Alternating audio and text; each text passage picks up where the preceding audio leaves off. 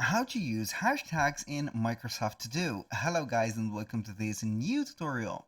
In today's video, I'm going to show you how you can use the hashtags to your favor into your Microsoft To Do app.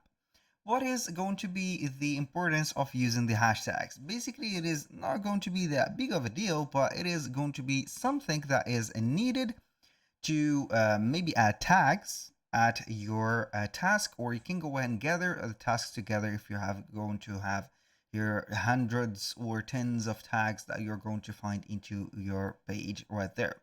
So how we can add it? For example, I click on this one. This is a task. I'm going to have the name of it, for example, fast, for example, task, and we're going to put the tag or the hashtag right there. Normally it is going to show up the hashtag.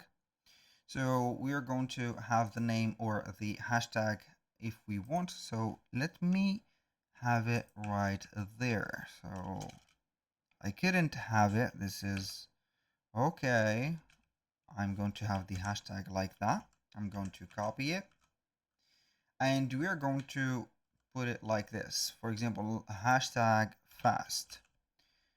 When you click on enter, it is going to highlight in a different color. And this hashtag or this one is going to be a tag that is going to be searched or used for search. For example, I can go ahead and copy it and put it to the note also. And you're going to have it like that. It is going to be clickable. That means that you're going to have it into something that you're going to have it in the title, the note, description of it, I mean by that, and etc. So if, for example, I can go ahead and have also the hashtag like this, it is going to be having this as a search. And when I click on the hashtag, as you can see, it is going to tag the tasks and also the notes that contain the hashtag, for example, fast. And this is going to be a way to categorize or tag the specific task of yours.